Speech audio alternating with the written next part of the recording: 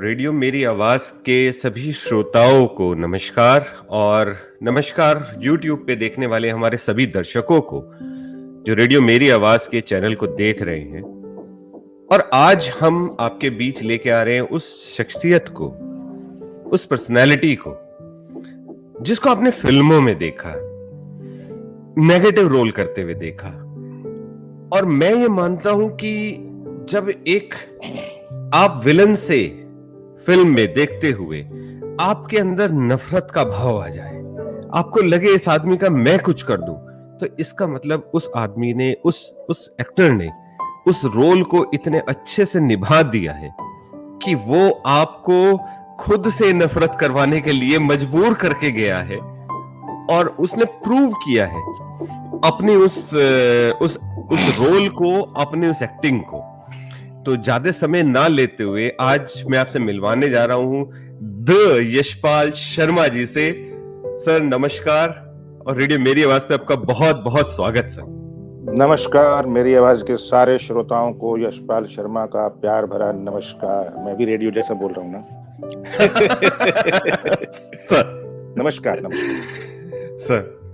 तो सर सबसे पहले सर हम आपकी फिल्मों के बारे में भी बात करेंगे, आपके रोल के बारे में भी बात करेंगे अलग अलग, क्योंकि कुछ रोल ऐसे हैं जो कि लोगों के जहन में इनकार्व्ड हैं, अभी तक वो निकल नहीं पाए। और अभी तो एक नया धमाका आपने जो किया है वो एक ऐसी चीज आपने करके दिखा दी कि हाँ, ये जो कला होती है वो ब्लड में होती है। वो आप उसको किसी की जबरदस्ती किसी से एक्टिंग करा नहीं सकते। जबरदस्ती उस कला को, कोई भी कला हो, वो एक इनबिल्ड अंदर होती है आदमी के, इंसान के। वो आपने प्रूव अभी किया है सर। दादा लक्ष्मी चंद जी के लिए जो बताया था सर आपने, जो बनाई है मूवी सर, उस मूवी का जो अभी आपने दादा लक्ष्मी जो आपने बनाई सर, उसके बारे से पहले हम आपसे बहुत कुछ और पूछेंगे। और वो पूछेंगे कि एक वो बच्चा जो कि एक बिलो मीडियम क्लास हम कहेंगे, 7 भाई बहने, उनके बीच में आप, if I am not wrong sir, 7 ही लोग हैं ना सर अपनी फैमिली में? 7 भाई बहन थे, एक सिस्टर की डेथ हो गई, 6 भाई बहन हैं अभी। जी जी। तो सर उनमें अगर हम देखें कि उनमें से पढ़ने के लिए भी आपको जद्दोजहद करनी पड़ी। आपने मतलब सब्जी भी बेची, आपने पंचर भी लगाए। सर आप अपने आप को उन सब लोगों से कैसे कंपेयर करते हैं? क्योंकि सर बहुत सारे ऐसे एक्टर्स हैं जो कि born with the silver spoon in the mouth, उनके वो बड़ी फैमिली में फादर मदर या कोई भी लोग पहले से इंडस्ट्री में हैं, उन्हें लॉन्च करने के लिए कोई ज्यादा उनको मुश्किलात नहीं आई। सब लोगों से ऑलरेडी कांटेक्ट ऑलरेडी थे पहले ही। और एक आप जिसने हरियाणा हिसार से निकल के दिल्ली से फिर मुंबई, उस टाइम पे तो बॉम्बे हुआ करता था, मोबाइल फोन नहीं होते थे, आपको प्रूव करना होता था डायरेक्टली सामने जाके।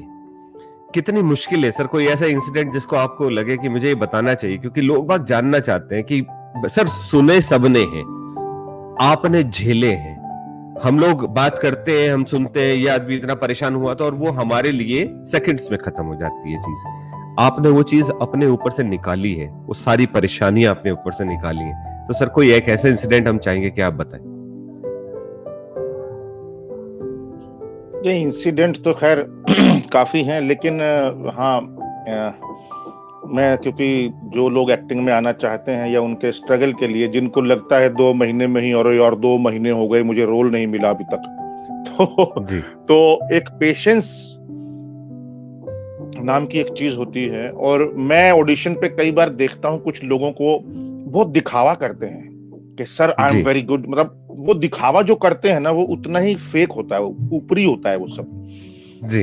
डायरेक्टर भी, ये कोई घटिया डायरेक्टर होगा या दोगला डायरेक्टर होगा जिसको पार्शियलिटी वाला, तो बात अलग है, लेकिन अगर जो जेन्युइन डायरेक्टर होगा वो कभी भी आपके दिखावे को और ऊपरी इस को फेक जो आप करेंगे, चापलूसी या जिसको भी कुछ भी कह लीजिए, उसको कभी भी स्वीकार नहीं करता। वो देखता है कहीं कोने में बैठा हुआ दुबका हुआ, कहीं बेचारा जो बोल नहीं पा रहा है, वो उसको देखता है कि कहीं उसके अंदर ऐसी दबी हुई कला हो और वो झिझक के मारे आ नहीं पा रहा हो। तो इसी तरीके से मेरा सबसे बस यही गुजारिश है। तो मैं भी जब जाता था फोटो लेकर के ऑफिस, तो मुझे भी बोलते थे कि हाँ फोटो छोड़ जाओ, फोन नंबर लिख करके। फोन तो नहीं था, पेजर था। तो फोटो छोड़ जाओ, जब ऑडिशन होगा तो बुला लेंगे। तो मैंने सोचा कि यार ये तो बहुत मुश्किल हो जाएगी, ऑडिशन होगा तो बुला लेंगे, इनको क्या पड़ी है बुलाने की, या क्यों बुलाएंगे ये। तो मैंने क्या किया, अपने कुछ स्पीचेस याद कर ली 3 नाटकों की, क्योंकि नाटक तो मैंने काफी किए थे मेन रोल में। तो आइंस्टाइन नाटक की, बड़े न खेले छोटे खेल की, और रास्ते नाटक की 3 जो दुबे जी ने करवाया था, सत्यदेव दुबे ने, और रोबिन दास ने बड़े न खेले छोटे खेल, और आइंस्टाइन मोहन महर्षि जी ने। इन तीनों की एक स्पीचेस, बड़ी लंबी स्पीच याद कर ली। और जैसे ही किसी ऑफिस में जाता था, वो बोलते थे कि आप फोटो छोड़ जाओ। मैंने कहा प्लीज 5 मिनट दीजिए मुझे। मैं वही स्पीच सुनाता था, उसके पीछे पेजर नंबर लिखता था, यशपाल शर्मा पेजर नंबर। मैंने कहा जब जरूरत हो तो बुला लेना। तो ऐसे करके मैंने बहुत जगह पे ऑफिसों में, बहुत जगह, पंकज पराशर, श्याम बेनेगल, अजय सिन्हा, सुधीर मिश्रा, बहुत जगहों पे मैंने इस तरीके से दिए। उसका बड़ा फायदा हुआ। सुधीर मिश्रा ने बुलाया, और इन्होंने क्या नाम, ई निवास ने बुलाया शूल फिल्म के लिए, राहुल रवेल ने बुलाया, सुधीर मिश्रा ने बुलाया, मतलब राहुल रवेल की फिल्म अर्जुन पंडित में, फिर श्याम बेनेगल ने बुलाया। तो बहुत सारे, पंकज पराशर ने मुझे लीड रोल दिया एक टेलीफिल्म में, डबल रोल था हम शक्ल में, एड फिल्म में भी दी। तो इस तरीके से बहुत सारी चीजें, जब आप चापलूसी ना करें, मेरा ये सारी बातें कहने का मतलब ये है कि आप शॉर्टकट मत अपनाइए, दूसरे तरीके मत अपनाइए। अगर आपके अंदर टैलेंट है, तो उस वक्त तो कोई पॉसिबिलिटी नहीं थी, फैसिलिटीज नहीं थी। आज तो वेब सीरीज भी और पता नहीं क्या क्या आ गया है, और यूट्यूब और बहुत सारी फैसिलिटीज आ गई हैं, पॉसिबिलिटीज आ गई हैं। तो आपका टैलेंट अगर आपके अंदर है, तो कोई माई का लाल आपको रोक सकता ही नहीं। तो इसीलिए उन चीजों पे ध्यान मत दीजिए कि चापलूसी करना या कुछ और बातें करना। चापलूसी के मतलब आप कैसे हैं सर, और आपके लिए वो ला दूं सर, ये कुर्सी उठा के रख दीजिए, नहीं, ये छोड़ दो, ये सब क्या करना इन चीजों का। तो मेरा बस यही है। तो मैं ऑडिशन दिया मैंने, जो पहला मतलब जो गोविंद निहलानी की जो मुझे पहली फिल्म मिली थी, तो मैंने ये 3 स्पीचेस याद कर रखी थी। उस दिन मुझे याद है मेरे पास 2.5-3 रुपए थे। मैं स्टेशन से गया, ट्रेन से लोअर परेल, बिना टिकट, और वहां से बरसात आ रही थी। तो मैं गया राजकमल स्टूडियो, वहां पर ऑडिशन थे, जो बी शांताराम का स्टूडियो है। जी। तो वहां पर पहले तो मैं गीला हो गया था, तो बाथरूम में जा करके मैंने कपड़े उतार के अच्छे से निचोड़े, और फिर ऐसे झाड़ झूड़ के फिर पहन करके फिर गया, और फिर ऑडिशन दिया। 2 स्पीचेस सुनाई। गोविंद निहलानी खुद कैमरा लेके बैठे थे, उन्होंने, वो बड़े इंप्रेस हुए, और उन्होंने मुझे एक अच्छा, छोटा था लेकिन अच्छा रोल दिया। पहली फिल्म थी 1084 की माँ। 1084 की माँ जी। सर, आप हरियाणा से हैं? कोई शक? और बिल्कुल नहीं। यही चीज सर, मैं इसी बारे में बात करने जा रहा था कि एक हरियाणा का बंदा गुस्सा यहां रहता है, झेल नहीं सकता किसी की बात को। एक मतलब हरियाणा के बारे में सोचते ही ये लगता है कि आप किसी भी हरियाणा वाले बंदे से मिलो तो नॉर्मली ये लगता है कि अभी, क्योंकि हम बिल्कुल, मैं जहां पे अभी इस टाइम पे मैं अपने होम टाउन सहारनपुर से बात कर रहा हूं आपसे। सहारनपुर हरियाणा से जुड़ा हुआ बॉर्डर है, यमुनानगर से। बिल्कुल, वहाँ बहुत सारे हरियाणवी हैं, और लक्ष्मीचंद के फैन भी बहुत हैं वहाँ। जी, सहारनपुर, मेरठ, बागपत। जी। तो ये वो इलाका है, यहाँ के लोगों में गुस्सा एक मशहूर है। मुंबई में जाके आपकी लैंग्वेज, क्योंकि आप हरियाणा से निकले, वहां पे भी हमारी भाषा अलग ही है। दिल्ली में जाएंगे तो वहां पे भी आपको एक बिल्कुल अक्खड़, जिसको हम बात करते हैं इस साइड की लैंग्वेज। आप सीधे मुंबई गए, मुंबई में जाके आपको कुछ मुश्किलात नहीं महसूस हुई, क्योंकि वहां पे आपको गुस्सा आने पे आपने क्या किया? और अभी भी मुझे ऐसा लगता है कि आपको, मेरे ख्याल से, गुस्सा कुछ जल्दी आता है। आप एक तो आप टीचर रह चुकी हैं, मेरे ख्याल से आपने पढ़ाया बहुत है, तो टीचर को तो गुस्सा आता है अपने स्टूडेंट के। ट्यूशंस पढ़ाई है आपने, तो सर वो गुस्से का अभी भी है या नहीं है, या कभी आपने गुस्सा नहीं किया? नहीं, बहुत कम हो गया है। जैसे होता है ना कि धीरे धीरे अनुभव के साथ साथ आदमी थोड़ा सहज हो जाता है, जी सरल हो जाता है, क्योंकि सबसे मुश्किल काम वही है दुनिया में। सरल होना ही सबसे मुश्किल है, क्योंकि जैसे गुलजार साहब हैं, वो इतने सहज रहते हैं कि जब वो बात करते हैं तो ऐसा लगता है कविता पढ़ रहे हैं, और जब कविता पढ़ रहे होते हैं तो ऐसा लगता है बात कर रहे हैं। तो ये जो सहजता है ना, ये जो कला उनके अंदर इतनी समा चुकी है खून में, बूंद बूंद में। तो अभी हम तो खैर छोटे हैं, प्रोसेस में है, लेकिन मुझे गुस्सा वहीं आता है जहां कहीं किसी पे अत्याचार हो रहा हो या बहुत गलत हो रहा हो, मेरी ही टीम में कोई कुछ गलत कर रहा हो, किसी के पेट पे लात मार रहा हो या किसी का मजाक उड़ा रहा हो, तब मुझे गुस्सा आता है। अदरवाइज मैं ज्यादातर शांत रहता हूँ। कई बार तो मेरा भी क्या बोलते हैं वो, जो शूटिंग पे जो बनाते हैं, मुर्गा बनाते हैं जो तो मेरा भी मुर्गा बन रहा होता है, लेकिन मैं इस कान से सुनता हूँ, वहां से निकाल देता हूँ, क्योंकि उनका मकसद ही यही होता है कि इसको उकसाओ, किसी तरीके से गुस्सा आएगा इसको। तो अभी मैं बहुत सारे टाइम से ये सब कर करके अब बहुत सारा शांत हो गया हूँ। क्योंकि हाँ, मैंने जब डायरेक्ट की थी फिल्म, बहुत गुस्सा किया मैंने बहुत गुस्सा किया, क्योंकि मुझे आलस से नफरत है। आदमी को कोई चीज ना आए तो बात अलग है, लेकिन वो करने की इच्छा भी ना रखे और लापरवाही करे काम के अंदर। जब ये सरकारी नौकरी नहीं है, ये कला है सलाम, इसमें ये कला जगत है, इसके अंदर आपको पेंशन नहीं मिलने वाली है। पेंशन की ये आप इतना नहीं है कि आप ये करो या वो करो, पैसा तो इतना मिलना ही है, तनख्वाह तो मिलनी ही है। ऐसा मत करो, पिछवाड़े पे लात मार के भगा दिए जाओगे अगर काम नहीं करोगे तो सीधी सी बात। तो इसीलिए थोड़ा सा मुझे गुस्सा तब आता है, जैसे मुझे गुस्सा आया था, मैं फिल्म का नाम नहीं लूंगा, अक्षय कुमार के साथ एक फिल्म कर रहा था, उसके मैं फिल्म का नाम नहीं लूंगा क्योंकि 3 फिल्में की हैं। तो जब प्रोड्यूसर लोग हम लोगों को बुला लेते थे और 16 दिन रखते थे और 4 दिन काम करते थे, तो मुझे बड़ा गुस्सा आता था। मैं सुनाता था प्रोड्यूसर को डायरेक्ट के, ये आप मेरी लास्ट फिल्म है, आज के बाद आपके साथ काम नहीं करूंगा। इवन प्रभुदेवा भी वहीं बैठे होते थे। मेरा कहने का मतलब ये है कि ये जो चीजें होती है ना, मैं समझ सकता हूं कि थोड़ी मिसमैनेजमेंट हो गया, चलो 2 दिन एक्स्ट्रा लग गए, 3 दिन एक्स्ट्रा लग गए, समझ में आते हैं, मतलब 12 दिन एक्स्ट्रा। तो ये यहाँ पर मुझे गुस्सा आता है। उनको लगता है कि क्राउड के सीन है, ये है तो स्टार है, तो बाकी सब सेकेंडरी है। मुझे गुस्सा वहां आता है। तो इसीलिए अब मैं वैसी फिल्में करने लग गया हूं जिसमें स्टार भी मैं ही हूं। अब स्टार है सर, आप लिटरली स्टार है। मेन रोल मतलब मेरी चले, जहां मैं शेड्यूल बनाऊं, मैं जिसको बोलूं वो आए, जिसको बोलूं नहीं आए। तो अभी क्योंकि मैंने अभी किया दादा लक्ष्मी, उसमें ऐसा ही था, या अभी भी कुछ फिल्में की हैं मैंने, मूसो की थी मेन रोल में, या अभी एक करने जा रहा हूं बंगाल में, वो भी उसी तरीके की फिल्म है। तो इस तरीके की फिल्में में ज्यादा इंटरेस्ट हो गया है मेरा आजकल। सर, फिल्मों से पहले आपने थिएटर किया।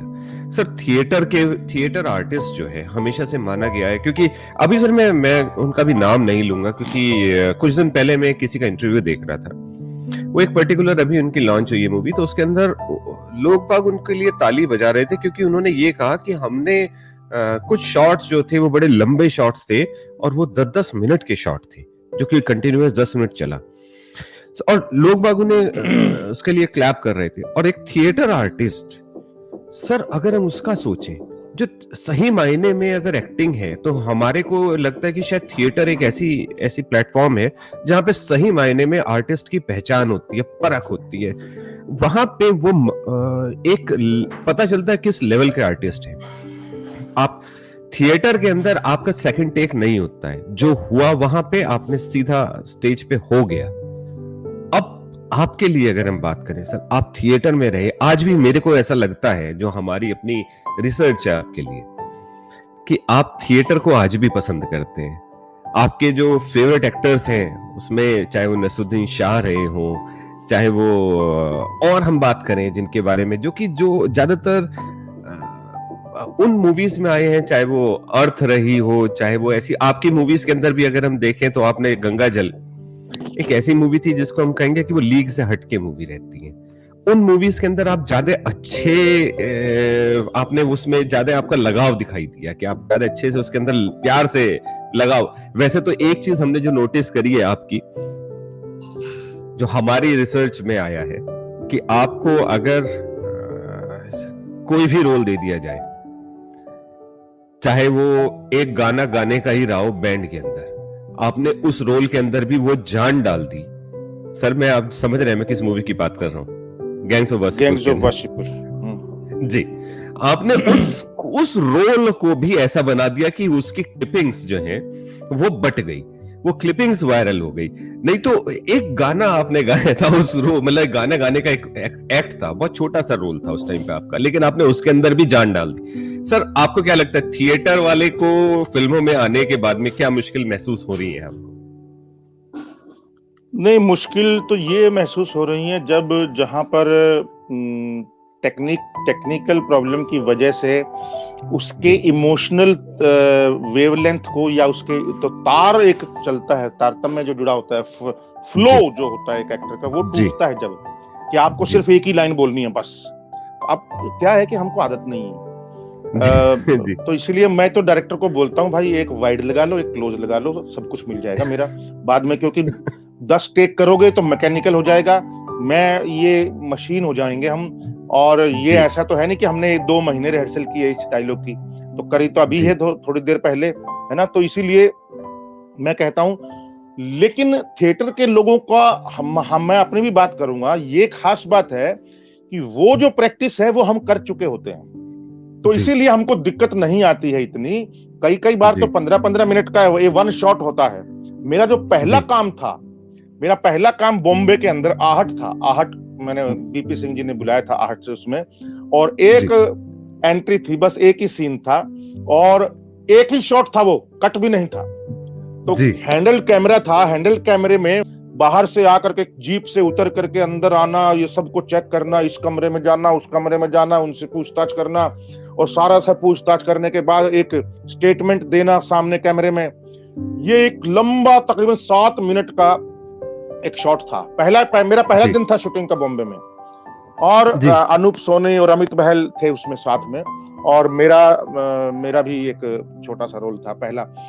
तो हाँ, इसके बारे में बात यह है कि इसमें 1500 रुपए मिले थे मुझे, और मैंने 2000 रुपए की पार्टी दी थी। अच्छा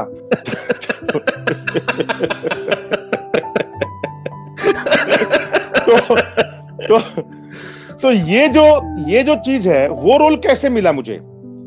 वहां पर सुबह से 7 बजे से तकरीबन 12 बजे तक 5 घंटे किसी एक एक्टर को वो रोल कराया जा रहा था, और वो वन टेक हो ही नहीं रहा था। तो उन्होंने गालियां देकर उसको निकाल दिया, और फिर मुझे अनूप सोनी को पूछा, अनूप सोनी ने मुझे बुलाया, तो मैं वहां पहुंचा, तो लंच के बाद मेरा सीन हुआ और पहला ही टेक ओके हो गया। तो बीपी सिंह ने बड़ा अच्छा कमाल की बात कही। बीपी सिंह जी बहुत गालियां देते हैं, लेकिन मुझे क्या बोला, बेटा देखो एक बात सुनो, मेरा काम तो हो गया है, लेकिन अगर तुम बेटर करना चाहते हो तो हम एक टेक और कर सकते हैं। मैंने कहा सर एक और करते हैं, मुझे भी इसमें मजा नहीं आया। तो बोला यस। तो अभी उसने बोला थोड़ा सा ठहराव के साथ, जल्दबाजी मत कर। तो फिर मैंने वो दूसरा टेक किया जो कि ओके हुआ, और वही रखा गया। तो इसका मतलब ये है, अगर मैं थिएटर से नहीं होता और वो आदतें नहीं पड़ी होती, लंबी लंबी स्पीचेस की, 3-3 घंटे के नाटक की आदत नहीं होती, तो शायद मुझे भी प्रॉब्लम होती। जी जी जी। सर हम बात करेंगे अभी आपसे कि लगान फिल्म, उसके बारे में एक बात आपसे, बड़ा रैंडमली वो रोल आपको मिला था, आपको बुलाया गया, पूरी आपको स्टोरी सुनाई गई, उसके बाद में आपको मैं जान चलने रहा लगे। हूं आप कहां उंगली रख रहे हैं, मैं समझ गया। घुमा फिरा के आप उसी किस्से पे ले आएंगे। जी बोलिए बोलिए बोलिए। सर नहीं, मैं बदल देता हूं थोड़ा सा उसको। सर आप जा रहे थे उस टाइम पे, आपको लग रहा था कि मैं 10,000 में भी काम कर लूंगा। आपने ये सोचा हुआ था कि मेरे को चाहे 10 भी मिले मैं काम कर लूंगा, क्योंकि मेरे ख्याल से उस टाइम पे आपके पास में शायद खाने तक के लिए भी प्रॉब्लम आने लगी थी उस कंडीशन में। Sir, are you getting my voice? Yes yes yes, मैं बोल रहा हूँ हमारे पास ठेंगा था उस वक्त। तो और सर आप सोचे हुए थे कि आज 1 लाख रुपया मांग लूंगा, आज मैं बोल दूंगा 1 लाख रुपया। सर क्या रहा था वो सीन, क्या था सर? क्या था सीन? बस ऑडिशन हुआ था और ऑडिशन में पास हो गया था, तो बोले कल रीना मैडम से बात कर लो, आमिर खान की जो पहली एक्स वाइफ हैं, वो प्रोड्यूसर थी उस वक्त वहां पे जी, तो उनसे बात कर लेना पैसे वैसे की, जो भी है डेट्स की और पैसे की। तो बस रास्ते भर में वही सोचता गया कि कितना पैसा लेना चाहिए। तो 4.5 महीने की शूटिंग थी, जो बाद में 5.5 हो गई थी। तो मुझे लगा कि 1 लाख रुपया तो ले ले यशपाल, क्योंकि लाख तो कभी सुना ही नहीं था, मतलब देखना तो दूर की बात थी हमारे अपने लिए। ऐसे तो सुनते थे कि 10 लाख रुपए लेके वो भाग गया, मतलब बात अलग थी, 10 लाख की चोरी हो गई, लेकिन इतना ही सुना था बस। तो मुझे लगा यार 1 लाख मांग लिया और उन्होंने नहीं कर दिया, मना कर दिया, तो मैंने बोला सोचो 70,000 में 75,000 में कर लेंगे, कोई बात नहीं। फिर सोचा चलो 50,000 में कर लेंगे, फिर सोचा साला 20 भी मिलेगा तो कर लेंगे, यार क्या सोच रहा है, छोड़। तो बस पहुंच गए। अब वहां जाके बैठा कमरे में, बुलाया मैडम ने और सीधा बोला कि हमारे पास बजट ज्यादा नहीं है, तो हम 1.5 लाख रुपया सबको दे रहे हैं। तो मैंने कहा नहीं मैडम, कम से कम 2 तो होना चाहिए। तो बोले अच्छा ठीक है, लो साइन कर दो। मतलब क्या हो गया मुझे समझ ही नहीं आया कि मैं क्या करूं। मैंने गलती कर दी क्या? 2 लाख मांग के 5 मांग लेता। तो वो भी मिल जाता। तो खैर लालच नहीं करना चाहिए, बट आपकी एक्सपेक्टेशन से ज्यादा मिल गया, उसी में ही मैं बहुत खुश था। और मैं सबसे ज्यादा खुश इसलिए था कि मैं आशुतोष गोवारिकर जैसे डायरेक्टर के साथ और आमिर खान जैसे एक्टर के साथ जुड़ा और ऐसी टीम के साथ जुड़ा जिसने मुझे जिंदगी भर बहुत कुछ सिखाया है। आज तक मैंने अपनी जो फिल्म की है दादा लक्ष्मी, उसमें भी मैंने उस फिल्म का बहुत प्रभाव था मेरे ऊपर, उसकी प्रोसेस का, उसकी जो जिस तरीके से सीरियसनेस के साथ कास्टिंग हुई थी, लोकेशन चुनी गई थी, कॉस्ट्यूम हुई थी, एक्टर चुने गए थे, सारी सीरियसनेस मैंने उसके अंदर अपनाई मेरी फिल्म के अंदर। और पूरे प्रोसेस में 5 साल लगे मुझे बेशक फिल्म बनाने में, लेकिन मुझे लगान का मेरे ऊपर बहुत बड़ा प्रभाव था। सर आपकी जो फिल्म है दादा लक्ष्मी, उसके बारे में जो अभी जो सुनने में आ रहा है सर, मैं अभी तक देख नहीं पाया, मेरे को मौका नहीं मिल पाया, क्योंकि थिएटर्स वगैरह सब ऐसी हालत हो रही है, आज के कोविड का टाइम आ चुका है, तो बड़ा थिएटर में रिलीज हुई भी नहीं है अभी जी, अभी तो रिलीज नहीं हुई है। ये फिल्म फेस्टिवल थे 2, राजस्थान और दिल्ली में, वहां हुई थी बस जी, 2 जगह हुई है। और सर वहीं से ही खबर उसी दिन जिस दिन ये रिलीज हुई और वहां पे लोग बागों ने देखा, और देखने के बाद में जो इसकी बातें उड़ी हैं कि हरियाणा की एक मूवी जिसके बारे में अगर हम बात करें, चंद्रावल, वो अपने आप की एक मतलब ऐसी मूवी थी जिसे सभी ने देखा और सभी ने प्रेज किया। और आज दादा लक्ष्मी के बारे में जो सुनने में आया है वो ये कहा गया है कि चंद्रावल उसके सामने कुछ नहीं टिकेगी। ये मूवी ऐसी है जो कि एक ब्लॉकबस्टर की तरह है और बहुत बड़ी थीम उसमें आपने ली है। आपने अनसंग हीरो को एक बिल्कुल सही में दिखाया है पर्दे पे। बहुत सारी चीजें उसके बारे में, मतलब जो भी क्रिटिक्स हैं वो आज की तारीख में अगर ये बोल रहे हैं कि इससे अच्छी मूवी नहीं देखी है, बहुत दिनों बाद कुछ ऐसी मूवी मिली है। उसमें आप डायरेक्टर भी हैं और आपको शायद अवार्ड भी मिला है उस चीज के लिए, दादा लक्ष्मी के लिए, best debut director. Best debut director का आपकी पहली डायरेक्शन थी सर? ये पहले भी आप कर चुके?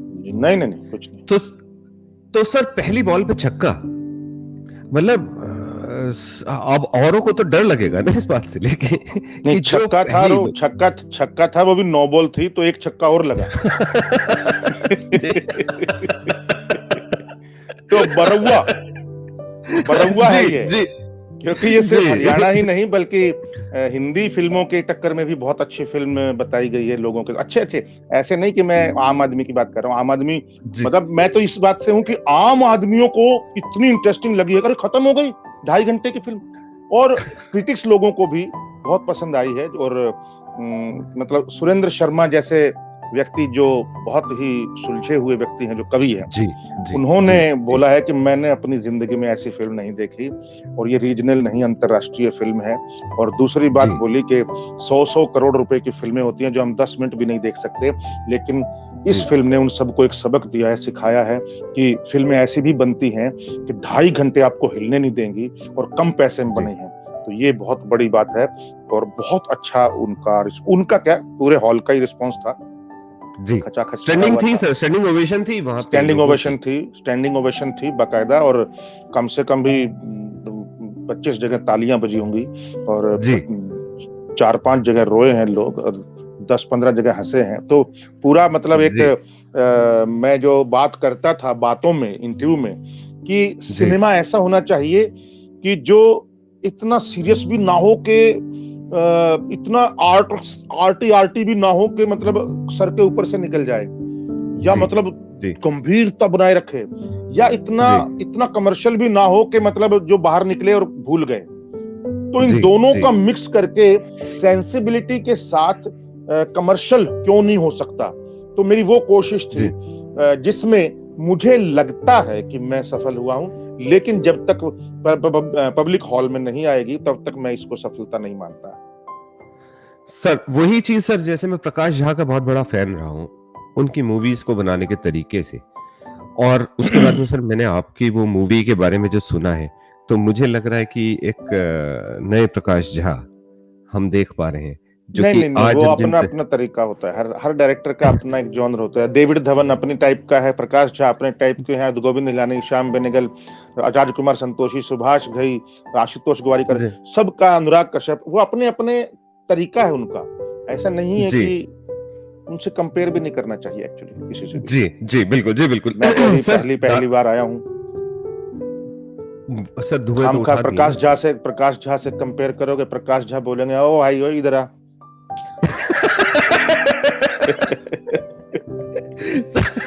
सर चलिए, नहीं but thank you so much, आप थैंक यू सो मच। दम तो है फिल्म के अंदर, दम तो है। जी, कंपेयर सबसे किया जाएगा, बिल्कुल किया जाएगा। और सिर्फ पर सर एक चंद्रावल की जी बात आपने की, मैं तो आपको बता दूं, चंद्रावल ही नहीं, बहुरानी, चंद्रावल, सांझी, जरदरू और जमीन, गुलाबो, और छैल गले जाएंगी, सांझी, और इसके लाडो, पगड़ी, जिसने जी बात पगड़ी ब्रेकिंग फिल्म में बोलता हूँ इसको, अभी जो जी थोड़े दिन पहले राजीव भाटिया की आई थी, सतरंगी, संदीप शर्मा की जो आई थी, ये इन जी फिल्मों में एक्चुअली मुझे इंस्पिरेशन इन दोनों फिल्मों से ही मिली है। और सच बताऊं जी तो पगड़ी से, क्योंकि पगड़ी पहले बनी थी, तो हाँ, हाँ, हाँ, मुझे भी इंस्पिरेशन इन्हीं फिल्मों से मिली है। तो मेरा बस कहने का मतलब इतना था कि चंद्रावल तो सुपर डुपर हिट थी, उसको तो कोई टच कर ही नहीं पाया। लेकिन मैं ये कह रहा हूँ कि और भी कुछ फिल्में जिनकी वजह से मतलब हरियाणा आज खड़ा है। ये जी मानता हूँ कि में अगर फिल्म भेजनी हो तो हमारे पास लिस्ट नहीं है, वो कंपटीशन के लिए उस तरीके की फिल्में हमारे पास नहीं है, पगड़ी जी कुछ फिल्मों को छोड़ करके।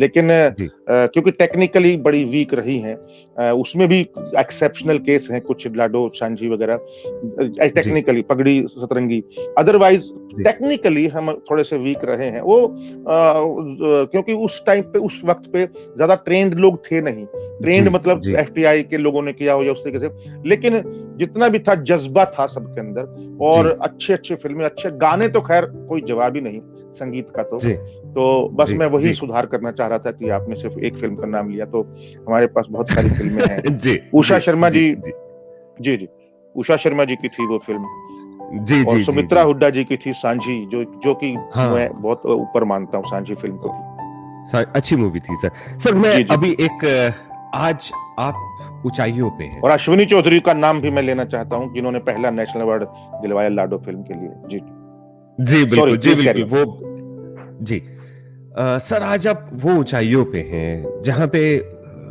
कुछ भी चीज आपके लिए कोई बहुत मुश्किल नहीं है परचेज करना। सर वो मैं उस हरे रंग की हीरो बाइसाइकिल जो आप पूरा मतलब पोस्टमार्टम करके आए हैं मेरा सर यूट्यूब से। जी बोलिए। तो सर उसकी खुशी आज किसी भी खुशी को आप कहते हैं कि वो खुशी से आप कंपेयर कर पाएंगे? बिल्कुल नहीं, बिल्कुल नहीं। वो जो सुबह सुबह सर्दियों में बड़ के पेड़ के नीचे 2 का नोट मिला था मुड़ा हुआ, और उस पे ओस की बूंदे पड़ी हुई थी, उस नोट जी की मिलने की जो खुशी है वो 2 करोड़ में भी नहीं हो सकती आज, जो वो 2 जी रुपए की जो खुशी थी। और जी उस नोट के मिलने के बाद मेरी नजरें हमेशा नीचे ही रहती थी, कहीं कुछ मिल जाए। उसके मिल जाए। कई महीनों तक मैं ऐसे ही देखता रहता था कि यार क्या पता किस भेष में भगवान मिल जाए। जी तो सर ये बड़े बात थी। जी हाँ हाँ, प्लीज बोलिए जी बोलिए। बड़े मुश्किल दौर से आप निकले हैं। आपने वो समय देखा है जब जिसमें हर आदमी टूट जाता है। और अगर उस मुकाम पे अगर हम देखें, जिस मुकाम पे आप रहे थे उस समय, जो मुश्किलात आप झेल रहे थे, आदमी कहता है मुझे कुछ भी रोल मिले मैं कर लूंगा। आप वो उस टाइम पे ये सोचता है कि पैसा जरूरी है, खाने के लिए पैसा, रहने के लिए पैसा। और आपने 70-80 हजार रुपए, जो उस समय के लिए बहुत बड़ी रकम हुआ करती है, आपने उस टाइम के लिए उसको छोड़ दिया, उसको आपने अवॉइड कर दिया कि नहीं मैं ये सीरियल्स नहीं करूंगा।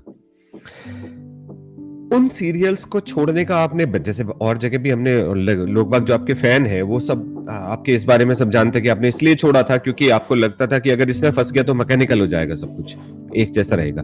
सर लेकिन आज अगर हम बात करें, इतनी हिम्मत जितनी आप में दिखाई उस समय, क्या आज भी उतनी हिम्मत है? बहुत कड़वा सवाल है सर। और आज बाप भी रे, उतनी हिम्मत आज तो उससे ज्यादा बढ़ गई है। सर आज तो मैंने 5-5 करोड़ के प्रोजेक्ट छोड़े हैं भाई, अपने उसूलों पे। मैंने इतनी वेब सीरीज छोड़ी है कि मैं गालियों वाले नंगे वाले नहीं करूंगा, वेब सीरीज तो नहीं करूंगा, चाहे आप 5 लाख रुपए पर डे दो। तो इसीलिए मुझे ओके कभी भी, क्योंकि मुझे मालूम है मेरी रोटी और मेरी छत कोई छीन नहीं सकता, उतना मैं कमा लेता हूँ। तो मुझे इतनी जी भी इच्छा नहीं है कि आइलैंड बनाने हो और वहां भुज में जाके मुझे पंखे नहीं खरीदने बड़े बड़े वो वाले। तो इसीलिए मुझे पता है कि व्हाट आई एम डूइंग। और मुझे ये भी जी मालूम है कि मेरे मरने के बाद वो जमीन या वो बंगलो काम में नहीं आएगा, वही काम में जी आएगा जो मेरा काम है, जो मैंने काम जी किया है। तो उसकी जी अच्छे से ज्ञान है मुझे। तो मेरी प्रेफरेंस क्या है वो मुझे पता है। पैसा उतना ही जितना मुझे मांगना ना पड़े, और कभी भी जी जिंदगी में, और मेरे बच्चों को ना मांगना पड़े, मेरे परिवार को ना मांगना पड़े, मेरे दोस्तों को ना मांगना पड़े, मतलब उस तरीके के जी जो कुछ बस इतना ही पैसा।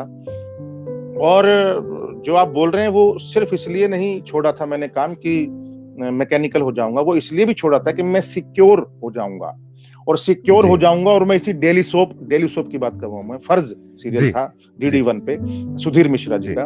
तो मैं जी बोला जी मैं इसी में फंस जाऊंगा, इसी चक्रव्यूह में। और फिर मैं जो करने आया हूं, जो थिएटर का आदमी, जो फिल्में करना चाहता है, जो सिनेमा करना चाहता है, जो बड़ा पर्दा करना चाहता है, डेली सोप क्या है, आज खत्म हुआ, मर गया, जी बस। कभी रिपीट जी हुआ तो हुआ, अदरवाइज मर गया। लेकिन सिनेमा जो जी है वो ताउम्र जी आपके साथ चलता है। आप कभी भी जी जिंदगी भर के लिए जी आपको बिल्कुल अमर करता है। और मैं थिएटर और सिनेमा, ये 2 चीजों का कायल रहा हूं और रहूंगा। थिएटर का तो खैर कोई कंपैरिजन नहीं है, पर सिनेमा का जी इसलिए हो गया हूं अब, क्योंकि सिनेमा जो है वो एक वक्त पे करोड़ों लोगों को, जैसे हमारे जी हरियाणा के लोग जो पंडित लक्ष्मीचंद के बारे में इतने बड़े फैन हैं, तो जी उनको भी लगा बाकायदा कि हम तो जो कर रहे थे इतने सालों से, तो वो हरियाणा में ही सीमित था या जी आसपास। जी लेकिन तुमने जी जो एक काम कर दिया वो पूरी दुनिया में चला गया पूरी है। तो बिल्कुल ये ताकत है सिनेमा की। जी सर। आपने सिनेमा के थ्रू हरियाणा के सर बहुत हम बात करें, हरियाणा का एक ऐसा नाम आपने पहुंचा दिया है हर एक के बीच में।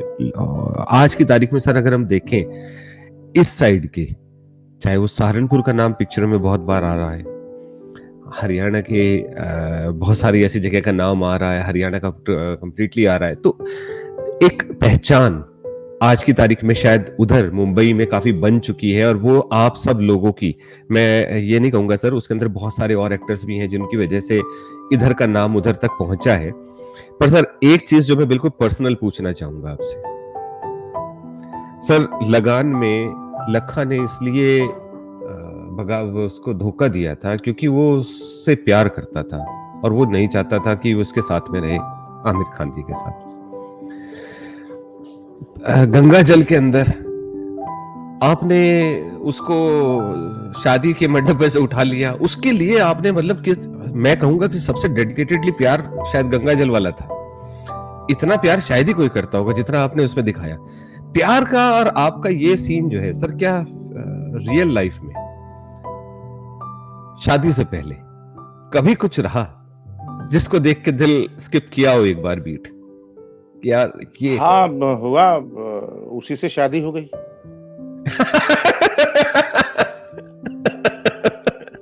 बहुत डिप्लोमेटिक जवाब था, बहुत ज्यादा डिप्लोमेटिक। आपको नहीं डिप्लोमेटिक नहीं, मैं सच्चाई बताता हूँ जो मैं कभी मुझे शर्म किस बात की है।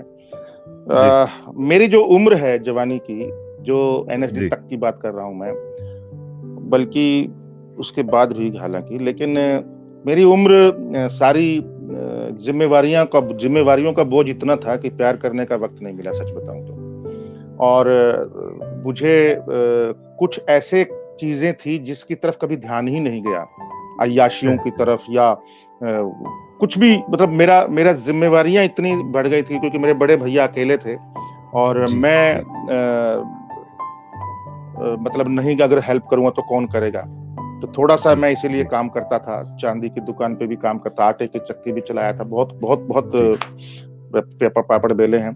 तो उसमें आप सोचिए प्यार कैसे कर सकते हैं। आप तेल की फैक्ट्री में जा रहे हो, मजदूर हैं सारे, वहां किससे प्यार करोगे बताओ।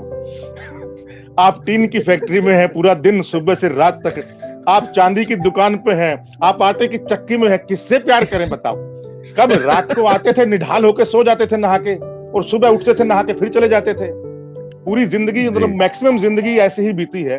बीच में कुछ था टाइम जब ट्यूशन पढ़ाना या नाइट कॉलेज या फिर रात तक रिहर्सल नाटक की और दिन में टाइपिंग तक, तब था, लेकिन वो भी सब ऐसा उलझन थी कि मतलब कहीं कोई रास्ते में कोई लड़की या तो ऐसी मिली ही नहीं, सीधी सी बताऊं, क्योंकि पता नहीं क्या होता है ना कि हमको क्या चाहिए जी वो पता होना चाहिए। तो जिसमें दिखा उससे प्यार हुआ, उससे शादी हुई, और आज भी प्यार है और जिंदगी भर रहेगा। जी। और सर हम यही चाहेंगे कि जैसे आपका प्यार है, ईश्वर करे इसे और बढ़े और बढ़े और वो ऊंचाइयां मिले। पर सर एक और चीज जो मैं पूछना चाहूंगा, आपने जो मुश्किल झेली, आपने अभी और लोगों को भी, आप कास्टिंग डायरेक्टर भी रहे हैं, आप डायरेक्टर भी हैं आज की तारीख में और सुपरहिट डायरेक्टर्स में हैं। सर आज आपको ऐसा नहीं लगता कि शायद किसी एक ऐसे बंदे को जो कि उसको आपने रास्ते से उठाया और उसकी सारी दिक्कतें दूर कर दी और उसको हाथ के हाथ की ले भाई तेरे को ये रोल, कभी ऐसा मन किया? नहीं, मैंने बहुत कर चुका हूं मैं। अच्छा। और अभी जिसके साथ रिहर्सल है, हम 2 ही एक्टर हैं पूरी फिल्म के अंदर, उसका भी कास्टिंग मैंने ही किया है, मेरे साथ जो रोल कर रहे हैं। तो जो दादा लक्ष्मी फिल्म के अंदर जो रोल है, मेन रोल, मेरा रोल भी इतना बड़ा नहीं है उसमें, पार्ट 1 जी। जो बच्चा है, वो जो गरीब घर का बच्चा है, उसके फादर हैंडीकैप्ड है, मतलब हैंडीकैप्ड नहीं, मतलब थोड़ा सा, लेकिन थोड़ा सा पैर ऐसा है, बहुत प्यारी फैमिली है। वो बच्चे को शायद सपने में भी नहीं पता होगा कि मैं पूरी दुनिया में जाना चाहूंगा, और इतना कमाल का, पूरी 50% फिल्म उसकी है और 50% फिल्म दूसरे लक्ष्मी की है, जिसको भी पता, उसकी भी पहली फिल्म है, फीचर फिल्म, उसको भी पता नहीं था जिंदगी में कि ये इतना बड़ा फिल्म हो जाएगा और मैं क्या कर रहा हूँ। लेकिन क्योंकि मैंने ठोक करके ढूंढा है दोनों को, जल्दबाजी नहीं की है। मेरा बेटा उस रोल के अंदर, मेरा बेटा फिजिकली बिल्कुल फिट था, छोटा बेटा बिल्कुल फिट था उसके अंदर। अगर मैं चाहता तो मैं उसको, मेरी फिल्म है यार, प्रोड्यूसर भी मैं, डायरेक्टर भी मैं, काहे को को प्रोड्यूसर भी मैं, मेरे हाथ में है सब कुछ, मैं अपने बेटे को क्यों ना लूं, आराम से कर सकता था, लेकिन मैंने नहीं किया। और दूसरी बात आपको एक और बता दूं, एक प्रोड्यूसर ने मुझे 5 करोड़ का ऑफर दिया इस फिल्म में मेन रोल देने के लिए, मेरे बेटे को दे दो, मैं आपको 5 करोड़ लगाऊंगा इस फिल्म के ऊपर। मैंने मना किया, मैंने कहा नहीं सर, मैं 50 लाख में बना लूंगा, पर मुझे सिनेमा बनाने दो। वो मैंने कहा ना कि अभी भी है, तो आपने बता दिया कि हाँ, वो आज भी लात मारने की हिम्मत है, उस जो अपनी मर्जी से करना है वो करना है, वही चीज जो अभी बिल्कुल आप थोड़ी बिल्कुल देर पहले हमसे। जी बिल्कुल। सर, भाभी का क्या रिएक्शन रहता है, भाभी मैम जी का? भी तो इस फिल्म में है, एक्ट कर रही हैं इस फिल्म जी में, और वो खुद जी बहुत अच्छी डायरेक्टर और राइटर हैं और एक्ट्रेस भी हैं। तो जी उनका रिएक्शन इस फिल्म को लेकर के तो बवाल है, मतलब कमाल है। माउंट, जी। मतलब बहुत अच्छा रिएक्शन है। और पहले हालांकि कुछ फिल्मों में जो एक्ट करता था तो उनको ना बहुत पसंद नहीं आती थी फिल्में। इसमें हाँ, इसमें अच्छा किया, हाँ इसमें अच्छा किया, 3-4 बार बस।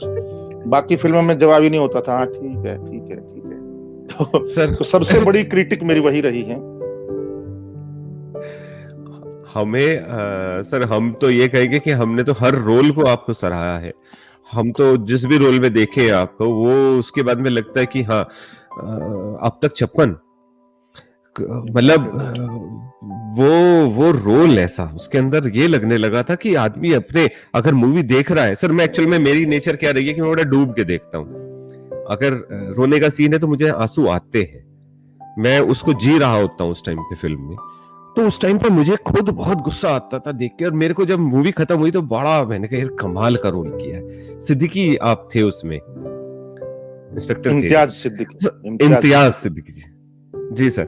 अब एक तमिल बाइलिंगुअल फिल्म थी, तमिल, और उसमें आप टेररिस्ट बने थे, पहचानने में नहीं आए थे आप, मूछे साफ अभय। करके, दाढ़ी, अभय, अभय करके। जी सर। वो तो कमल सर हसन की थी। जी जी जी, वो अपने आप में एक बहुत बड़े डायरेक्टर हैं उनका तो। पर सर, आज की तारीख में इतनी बड़ी फिल्म देने के बाद में अभी आगे का क्या सीन है? आगे का पहले तो ये पार्ट 1 है, पार्ट 2 बनाऊंगा, जी जिसको कंप्लीट करूंगा इस एक गाथा को, क्योंकि बहुत कुछ है अभी बोलने को। जी ऑलमोस्ट खाका तैयार है पार्ट 2 का, बस उसको डिटेल जी। में लिखना है। तो हाँ, हाँ, राजू मान हाँ, जी लिख रहे हैं और हम दोनों मिल करके बैठ करके लिखेंगे उसको। जी तो जी। बस वही है पहले तो। फिर मेरी वाइफ की एक फिल्म है, सावित्री बाई फुले पर है। हाँ हाँ हाँ। ये जी ये जो ये लगी रहती है। हाँ हाँ हाँ हाँ, सावित्री बाई फुले, जी जी जी जी जी। आप भी अच्छा, पूरी स्टडी रखते हैं। तो उनका वो रिसर्च चल रही है उसकी, तो उसके मैं जी लगूंगा फिर साथ में, उसको कोऑपरेट करूंगा, मतलब उसके साथ रहूंगा इस जी। फिल्म में। और ये दो हैं। फिर एक पुलिस के ऊपर, प्रशासन के ऊपर एक फिल्म है, हरियाणा की ही, हरियाणा बैकग्राउंड जी। की ही, हिंदी में, हाँ, हाँ, वो करूंगा। तो इसके बाद प्रोजेक्ट तो कई हैं, पर ये जो एक फिल्म है जिसमें 2 ही करेक्टर हैं। अभी हाँ, पहले मैं हाँ, उसमें एक्ट करने जा रहा हूँ, बंगाल, 2 तारीख को। ओके। वो करूंगा वो फिल्म जी। 2 ही करेक्टर हैं उसमें, और बहुत कमाल की फीचर फिल्म है, एक 2-2.5 घंटे की होगी, 2.25 घंटे की। जी और मेरे ख्याल से अगर मैं कहूँ तो इतनी अच्छी स्क्रिप्ट बहुत टाइम के बाद मुझे करने को मिल रही है, रियली। मेरे मतलब करने को, ये ऐसी फिल्म तो शायद मूसो या दास जी कैपिटल या दादा लक्ष्मी या जी, कुछ मैं फिल्में ही बोलने होंगी वाला था। जो मैंने कहा। जी जी जी। जी। अदरवाइज ऐसा रोल बहुत मुश्किल से मिलता है। सर, रोल मिलता भी है तो कई बार निभाने के लिए ऐसा एक्टर भी बहुत मुश्किल से मिलता है। और आज की तारीख में जिस जो हम आपको देख पा रहे हैं, आपका कंपैरिजन करना, तो हम कहेंगे कि आपको, आपके कैरेक्टर को, आपके एक्टिंग को हम कहेंगे कि वो नीचे दिखाने का काम होगा अगर हम किसी से भी कंपेयर करें, क्योंकि आपकी एक्टिंग बिल्कुल अलग है। आप उस, कोई भी रोल हो, आप उसके अंदर जान डाल देते हैं। और ये बात मतलब हमारे बोलने से ज्यादा लोग बाग खुद इसको समझते हैं, लोग बाग खुद उसको फील करते हैं।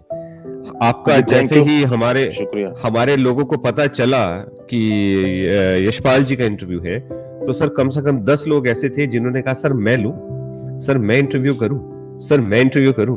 हर हाँ, इंसान। मीनल से बात हुई थी, मीनल मीनल से बात हुई थी, बहुत एक्साइटेड थी, जी बोल रही थी, एसएमएस से बात हुई थी। हाँ।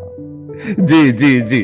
तो सर बहुत सारे लोग, सब लोग आपका इंटरव्यू करना चाह रहे थे, और इससे पहले भी बहुत लोग आए हैं, कोई कोई ज्यादा इंथुजियाज्म नहीं था आपका इंटरव्यू करने के लिए। हर इंसान, एक नेगेटिव कैरेक्टर के अंदर भी अगर प्यार आप दिखा दें आप, तो वो एक अलग चीज होती है। बिल्कुल आप हर कैरेक्टर के अंदर आपने वो जान डाली है। सर, आज हम इतना खुश हैं आपको, आपसे बात करके, इतना ऑब्लाइज्ड है आपसे बात करके, मतलब हमारे लिए यू मेड आवर डे, आपने हमारा दिन बना दिया।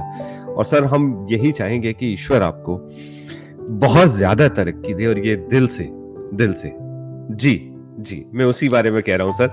और इसी के साथ सर मैं आपका और समय ना लेते हुए, आपने इतना मुश्किल समय में भी हमारे को अपने प्रीशियस, अपने इतने इतने पैक्ड रूटीन में भी आपने हमें समय दिया सर। हाईली ऑब्लाइज्ड, और बहुत बहुत शुक्रिया sir. My pleasure, actually it's my pleasure. And really Amit, I am not joking, बहुत अच्छा इंटरव्यू लिया है आपने, और बहुत ही ठहराव के साथ। मुझे गुस्सा कब आता है जब भाग रहे होते हैं लोग।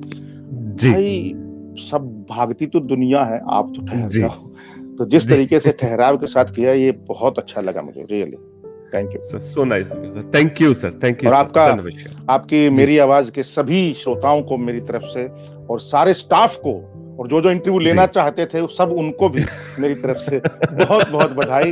And thank you so much for this love. Thank you so much. Thank you sir, thank you sir, thank you sir.